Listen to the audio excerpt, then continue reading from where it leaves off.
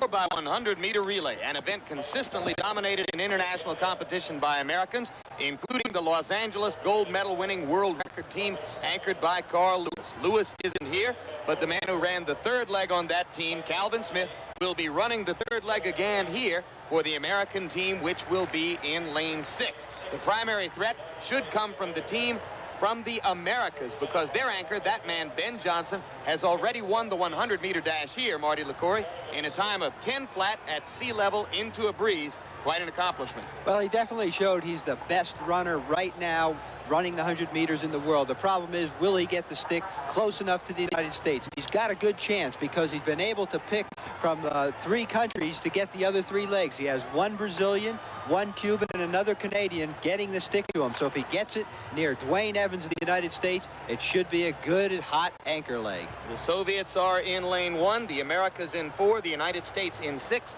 and East Germany in 7.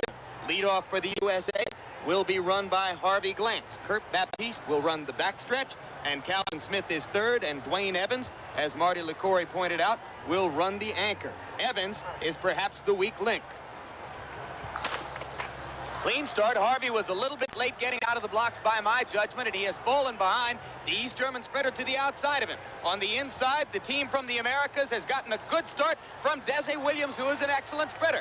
My judgment is the United States a little bit behind as Kirk Baptiste goes down the backside. On the inside, the Soviet team is moving pretty well. Now here goes Calvin Smith.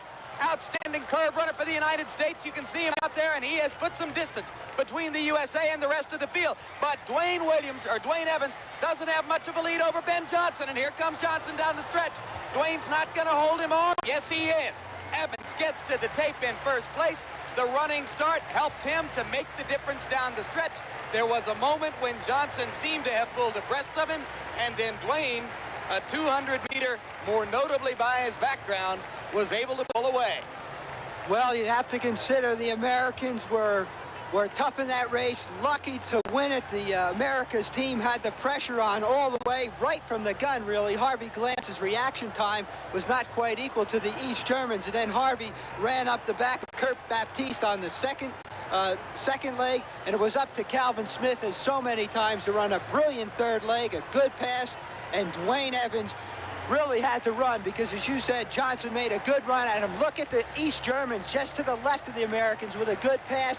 Dwayne Evans has it. He actually gets it after Ben Johnson. Johnson was off the mark a little sooner, and that's why he was able to make it close for so long, and really, Dwayne Evans was the better sprinter over the last 40 meters.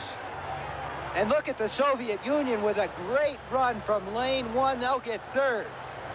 The time, just over 38 seconds, is the 4th fastest in the history of the event.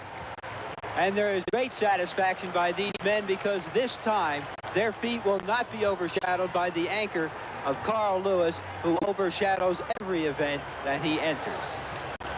So the final results. That team won it for the United States. The Americas got second, and USSR finished third.